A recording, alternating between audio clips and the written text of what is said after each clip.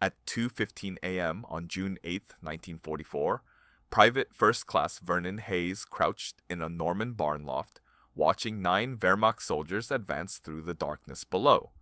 Standard doctrine said hold fire until they passed. Wait for dawn. Wait for support. Vernon Hayes didn't wait. In the next 4 minutes, he killed all 9 men without firing a shot. The German company spent 3 days searching for the sniper nest that didn't exist. Hayes was 34 years old, too old for combat infantry by Army standards, but the 82nd Airborne needed bodies after D-Day. What they got was a Kansas wheat farmer who knew more about gravity and angles than most engineering students. Back in Salina, Hayes had spent 18 summers loading hay bales into barn lofts, not the romantic farming of photographs, the real work, 100-degree heat, chaff in your throat, splinters under every fingernail, the work that taught you how objects fall, how weight shifts, how a bale dropped from 20 feet can crush a man's skull if he's standing in the wrong spot. Hayes had learned to drop bales down wooden chutes built into barn floors, smooth channels worn by decades of use, designed to send hay from loft to ground level without climbing down ladders. Every Kansas barn had them. Drop a bale at the top, gravity did the rest. Simple physics that kept farmers from breaking their backs. Hayes had dropped 10,000 bales through those chutes. He knew the sound a 60-pound bundle made hitting packed earth, knew how fast it fell, knew the margin of error was about 6 inches. That knowledge seemed useless on June 6th when Hayes jumped into Normandy at 1:20 a.m. His stick scattered across 3 miles of hedgerow country. He landed in a flooded field, cut himself free from his chute, and spent 4 hours wading through waist-deep water trying to find his unit. Found them at dawn. What was left of them? 47 men jumped. 19 made it to the assembly point. The bocage country of Normandy was farmers' land, but nothing like Kansas. These were medieval fields separated by earthen walls topped with hedgerows so thick you couldn't see through them. Each field a fortress, each hedgerow a trench line.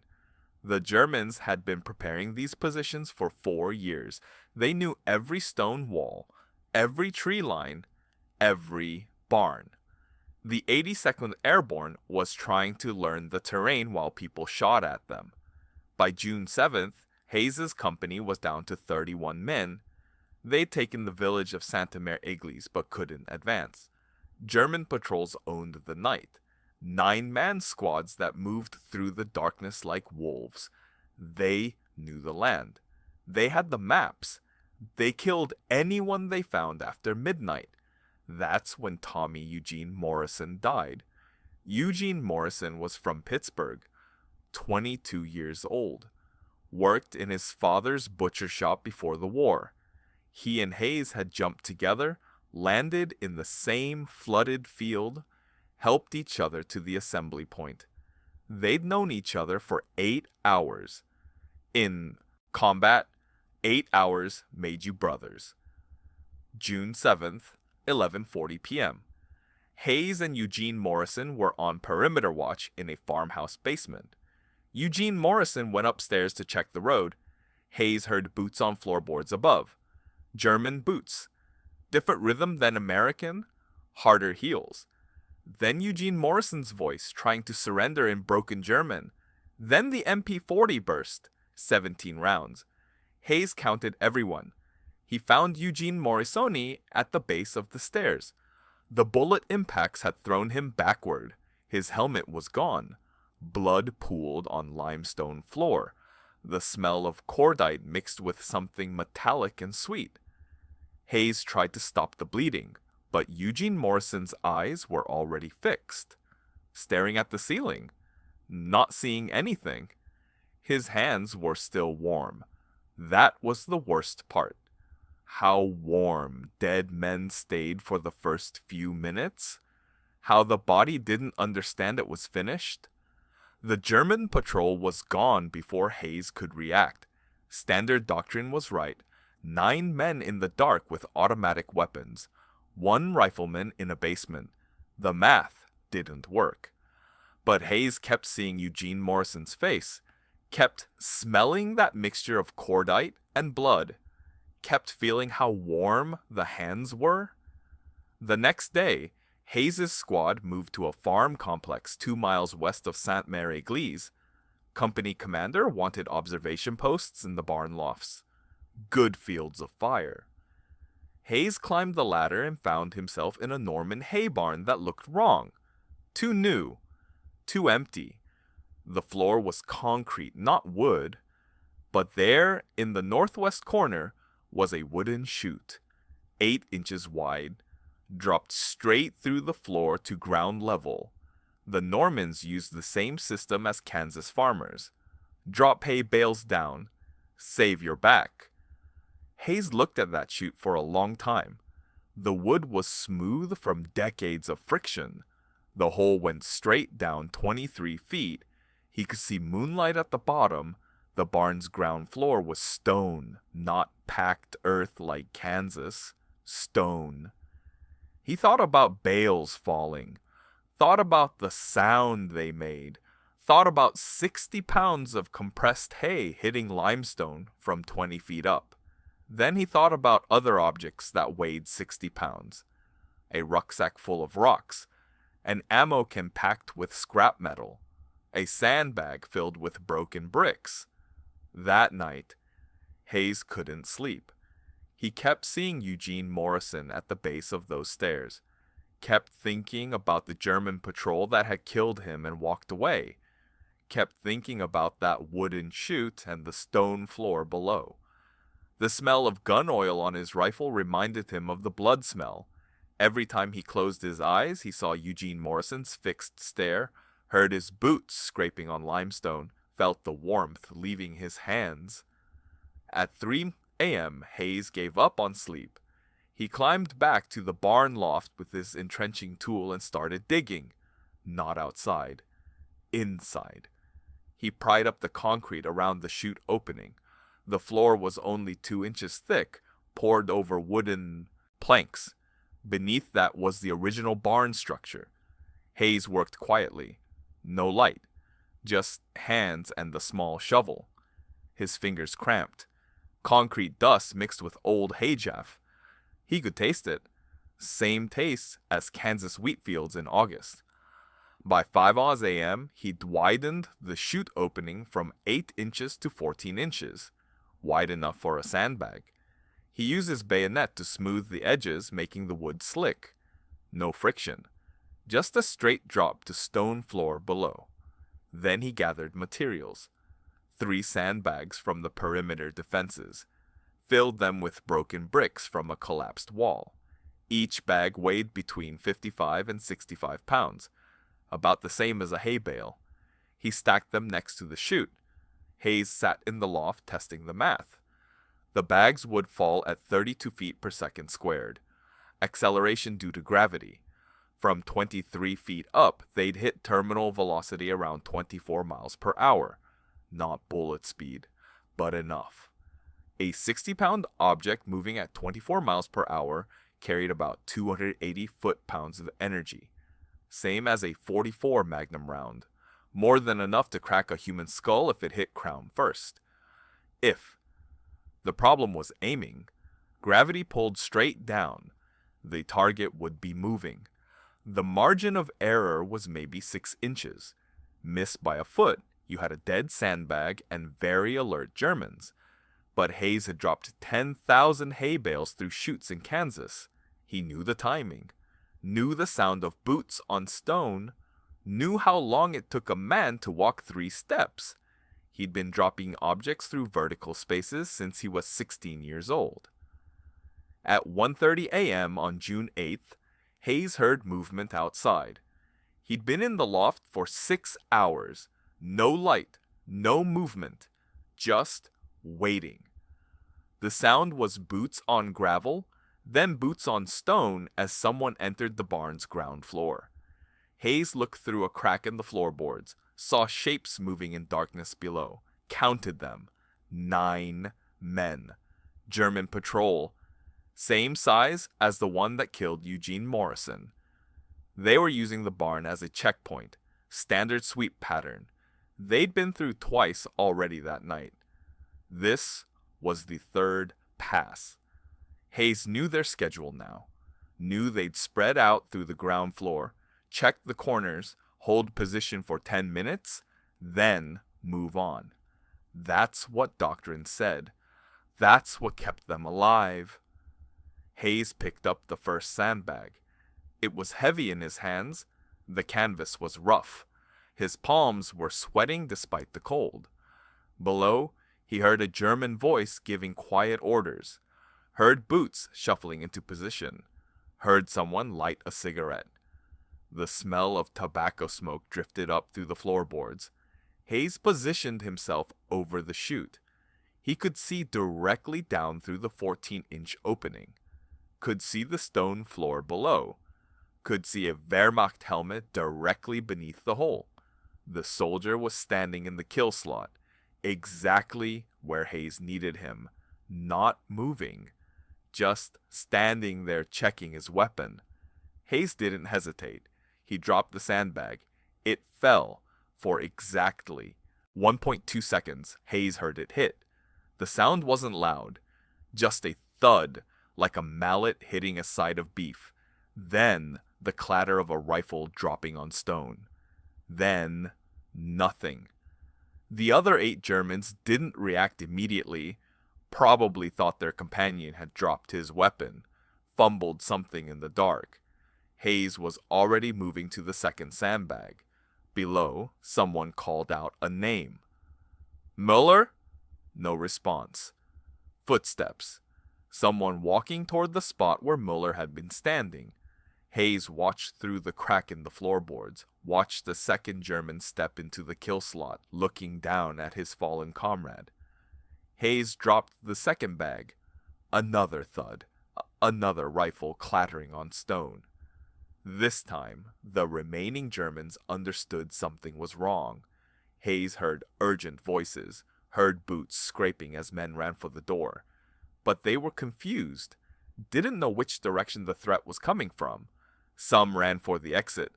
Others took cover behind hay bales stacked along the walls. 2 men crouched in opposite corners. Hayes worked the angles. The chute only covered a 14-inch circle of floor space. But German patrol doctrine was predictable. When taking fire, they'd find cover, then call for their squad leader. The squad leader would assess, then give orders. That assessment took about 15 seconds. During those 15 seconds, the squad leader would be standing still. Hayes waited, counted to 12, heard a voice below giving orders, calm voice, squad leader. Hayes looked through the crack, found the helmet. The man was standing 8 feet from the chute opening, too far, but he was moving, walking toward the 2 dead men to assess the situation, walking on a predictable line. Hayes did the math. The man was walking at about 3 feet per second. The bag would fall for 1.2 seconds.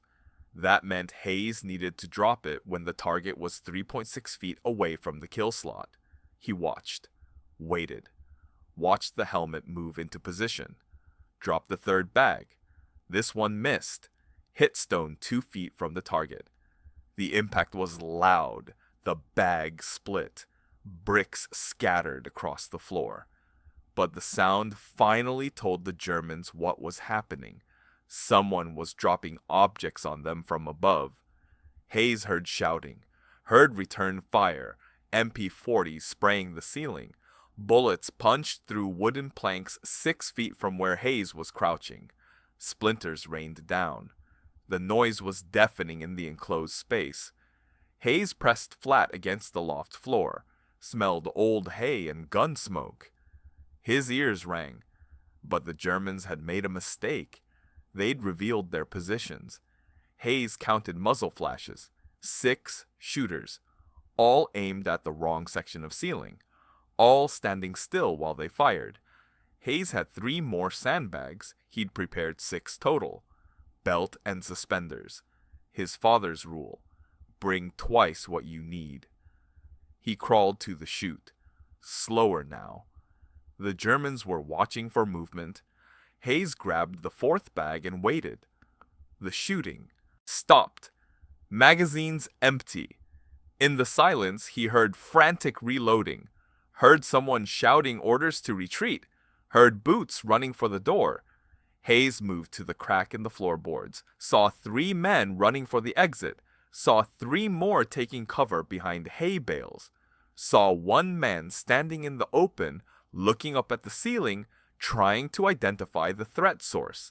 That man was 10 feet from the kill slot, but he was moving toward it, slow, cautious steps, weapon raised. Hayes did the calculation, same math as before. Drop when the target was 4 feet away. He watched the helmet, watched the careful approach. The German was professional, moving slowly, weapon up, eyes scanning, good discipline. Would have made a fine soldier if he'd been born somewhere else. Hayes felt nothing about that, just waited, watched. Dropped the 4th bag when the helmet reached the right position, direct hit.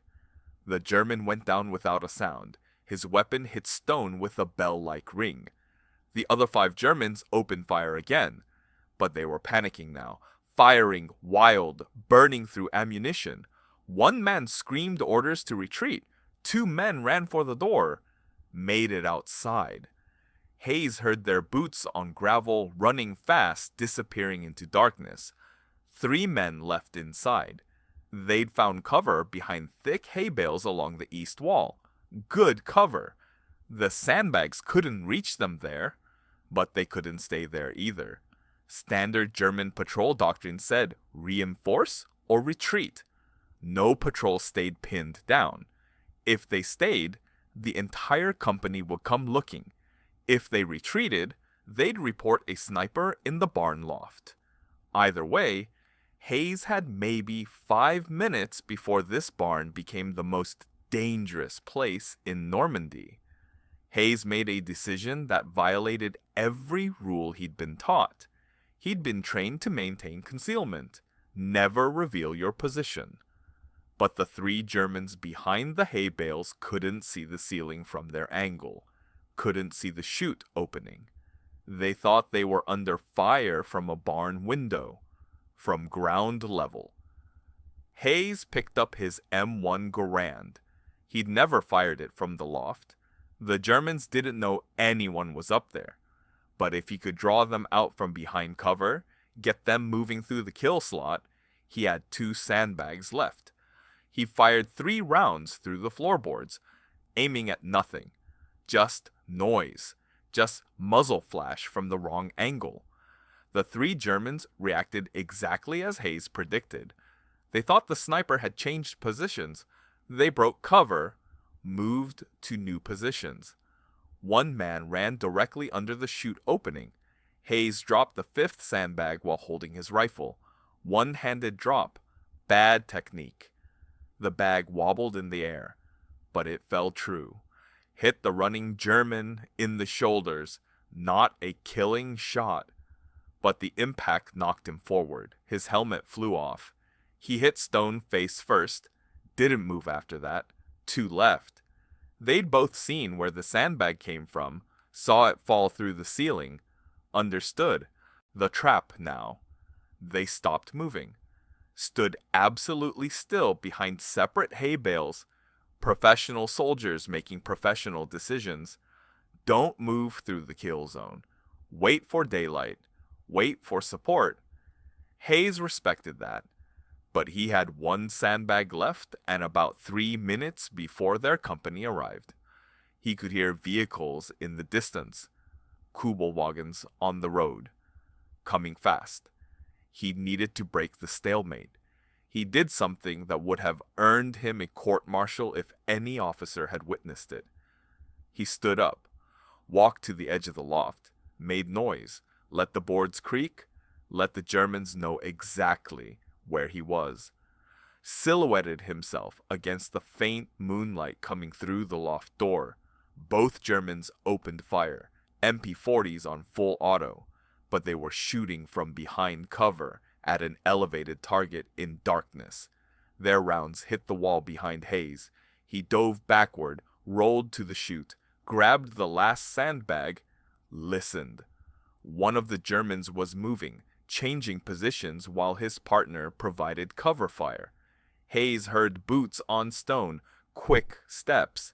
The man was running for a better angle, running in an arc that would take him past the chute opening. Hayes didn't look, just listened, counted steps, dropped the last sandbag based on sound alone. He heard it hit, heard the German go down, heard the other German scream something. Then silence, then boots running. The last German retreated, ran for the door, gone. Hayes lay flat in the loft. His heart hammered against the wooden floor. His hands were shaking. The smell of cordite was thick in the air. Below he heard nothing. No movement. No voices. 8 Germans down. 1 escaped. The barn floor was covered with broken bricks, split sandbags, and bodies. The Kubelwagens arrived 2 minutes later. Hayes heard them stop outside, heard German voices, heard someone enter the barn cautiously, heard the shock in their voices when they found the bodies, heard them searching for the sniper nest. They checked every window, every corner, looked for shell casings, found only 6 spent M1 rounds near the east wall, found no sight lines, found no logical firing position. Hayes stayed motionless in the loft. The Germans searched for 20 minutes. He heard them arguing. Heard someone say, Scharfschütze, sniper. Heard someone else say, impossible. Heard boots on the ladder to the loft. Hayes lay behind the hay bales in the southwest corner, away from the chute, away from his firing position. Just another shadow in darkness. The German climbed halfway up the ladder, shined a flashlight into the loft. The beam swept across empty space, across hay bales, never reached Hayes's corner. The soldier descended, reported the loft was clear. The Germans loaded their dead into the Kubelwagens and left. Hayes waited until dawn. Didn't move. Didn't sleep. Just lay there smelling hay and cordite and the copper smell of blood from below. When first light came through the loft door, he finally stood. His legs cramped. His back ached. His hands still shook. He looked down through the chute opening, saw the carnage below, saw what gravity and 60 pounds of brick had done to human skulls. He vomited into a corner of the loft. Then he climbed down the ladder and walked back to his company's position. Nobody asked where he'd been. In the chaos of Depot 2, one private going missing for a night wasn't unusual. Hayes didn't report what happened, didn't mention the German patrol, just picked up his rifle and took his position on the perimeter. But word spread anyway. By noon on June 8th, every soldier in his company knew about the barn, about the 9 Germans found with crushed skulls, about the mysterious sniper who killed 8 men without firing a shot, about the patrol that found nothing, no nest, no position, no shell casings, nothing. A lieutenant named Morrison went to investigate. He was a farm boy from Iowa. He understood barns. He climbed to the loft and found the widened chute opening, found the empty sandbags pushed into a corner, found fresh scratches on the concrete where Hayes had pried up the floor. Morrison stood over that chute for 10 minutes, looking down, doing the math, understanding what happened. Morrison found Hayes at the perimeter, didn't say anything, just nodded. Then he went to the company armorer and requisitioned sandbags. By nightfall on June 8th, 6 different barn lofts in the area had widened chute openings. By June 10th, and every barn in the sector had kill slots. By June 12th, the tactic had spread to the 101st Airborne. By June 15th, German patrols stopped using barns as checkpoints. The Germans tried to understand it. Oberst Heinrich Vogel, commanding the 6th Fallschirmjäger Regiment, wrote in his after-action report, "American forces are employing a new type of overhead assault. Multiple patrols report casualties from vertical attacks in barn structures. No firing positions can be identified. Recommend avoiding all enclosed agricultural buildings until nature of attacks is determined." German intelligence examined captured barns, found the widened chutes, understood the tactic. But they couldn't counter it. Their doctrine required barn checkpoints. The bocage country had limited cover. Soldiers needed to get out of the rain, out of the cold. You couldn't fight effectively if you were hypothermic. But every barn was now a potential kill zone. Every roof might hide a slot. It created a psychological effect beyond the casualties. German patrols became cautious. They'd enter a barn, then immediately look up, scan the ceiling, listen for any sound from above. That 3-second pause was enough to get them killed in other ways. By the time they checked the ceiling, American infantry had time to set up in the hedgerows outside. The Germans had to choose, risk the kill slot or risk the ambush outside. Either way, the tactical initiative shifted to the Americans. By July 1944, the Chute kill slot was mentioned in Normandy. Airborne Corps tactical bulletins. No credit given to Hayes. The bulletin described it as an emergent tactic developed by forward infantry and recommended its deployment in structures with vertical access to enemy-controlled ground floors. The language was bureaucratic. The reality was simpler. If you had a barn and a chute and some heavy objects, you had a weapon. The tactic's effectiveness was statistically significant. In the first week of the Normandy campaign, June 6-13, German patrols killed 47 American paratroopers in nighttime barn encounters. In the second week, June 14-20, after kill slots were deployed, that number dropped to 12. In the third week, June 20-27, it dropped to 4. The percentage reduction was 91%. Conservative estimates credit the kill slot tactic with preventing 200-250 American casualties in June and July 1944. The Germans adjusted. They stopped using barns, started bivouacking in hedgerows despite the weather. Their patrol effectiveness declined.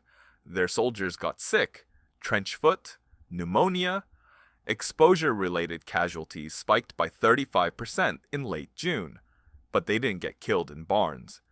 Official Army documentation credited the tactic to tactical innovation by 16th Corps staff. No individual was mentioned. No medal was awarded. Hayes never requested recognition. When asked about it years later, he said it was just farming. Same principle as dropping hay bales, same physics, same gravity. Nothing complicated. Hayes survived Normandy, survived Market Garden, survived Bastogne. He took shrapnel in his left leg during the Ardennes offensive, but refused evacuation. Stayed with his unit until May 1945. Mustered out in October with a Purple Heart, a combat infantryman badge, and a Bronze Star for unrelated actions. The citation didn't mention kill slots.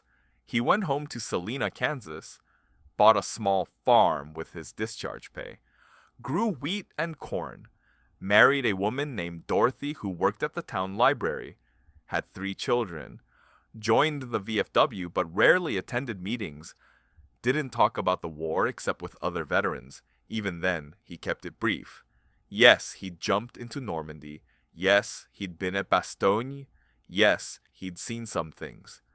That was usually enough to end the conversation. Hayes died in 1983. He was 73. Heart attack while working in his barn. The obituary in the Salina Journal mentioned his military service in one paragraph. Said he'd been a paratrooper, said he'd fought in Europe, didn't mention the 9 Germans, didn't mention the kill slot. His children didn't know about it until 1997 when a military historian researching airborne tactics contacted them. The historian had found Morrison's notes in the National Archives, found the tactical bulletins, traced the tactic back to Hayes. The kill slot tactic influenced post-war doctrine. Modern military close quarters combat training includes vertical assault awareness. Soldiers are trained to check ceiling spaces, to understand that threats can come from above.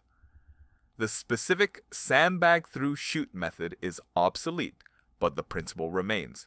Any vertical opening is a potential weapon. In 2004, a Kansas National Guard unit deployed to Iraq. They were clearing buildings in Fallujah. They found insurgents using a similar tactic, dropping grenades through ventilation shafts, dropping IEDs through floor openings. The Guard soldiers recognized it immediately. One of them, a sergeant from Salina, said his grandfather had invented something similar in Normandy. He didn't know the details, just knew it involved dropping things on Germans. That's how innovation actually happens in war. Not through committees, not through research and development, through farmers who understand gravity, through mechanics who see angles, through private soldiers who refuse to watch their friends die and know enough physics to do something about it, through men who spend 15 minutes vomiting in a barn loft after killing 8 people, then go back to their position because that's the job. Vernon Hayes never wanted to be remembered for the kill slot, never wanted medals, never told the story to his children. He just wanted to grow wheat in Kansas and forget about Norman barns and the sound a 60-pound sandbag makes when it hits a human skull. He wanted to forget the smell of cordite mixed with blood, wanted to forget Eugene Morrison's fixed stare and warm hands, wanted to forget that he was good at killing people. But here's what stays. In 1956, Hayes was driving through Salina when he saw a young man in an 82nd Airborne uniform hitchhiking. Hayes stopped, gave him a ride. The soldier was on leave, heading home to Michigan. They talked about the Army, about jump school, about Fort Bragg. The soldier mentioned his father had been in the 82nd during the war, had jumped into Normandy, had survived. Hayes asked the father's name. The soldier told him. Hayes didn't recognize it. Could have been anyone. Could have been one of the 19 who made the assembly point. Could have been in another unit entirely. Could have been someone who never went near a barn. But Hayes thought about it. Thought about kill slots and tactical innovations and 200 lives saved. Thought about all the soldiers who'd cleared barns safely because Germans stopped using them. Thought about all the children who grew up with fathers because of sandbags and gravity, and a Kansas farmer who understood both. He didn't say anything to the soldier, just dropped him at the highway junction and drove away. But for the rest of that day, Hayes felt something he hadn't felt in 12 years. Not pride, not satisfaction, just the quiet knowledge that sometimes breaking the rules is the right thing to do. Sometimes court-martial is less important than keeping your friends alive. Sometimes the solution isn't in the manual. It's in the barn loft, in the chute, in the physics you learned at 16 dropping hay bales in August heat. That's the real legacy, not the tactic itself, not the statistics, not the doctrine changes. Just the understanding that desperate men with practical knowledge can solve problems that trained officers can't. That war is won by sergeants and privates who see what needs to be done and do it without asking permission. That innovation happens fastest when the penalty for failure is death and the reward for success is just living another day. If you found this story valuable, consider sharing it. These histories matter. These men matter. Their decisions echo across decades in ways they never imagined. Thank you for keeping these stories alive.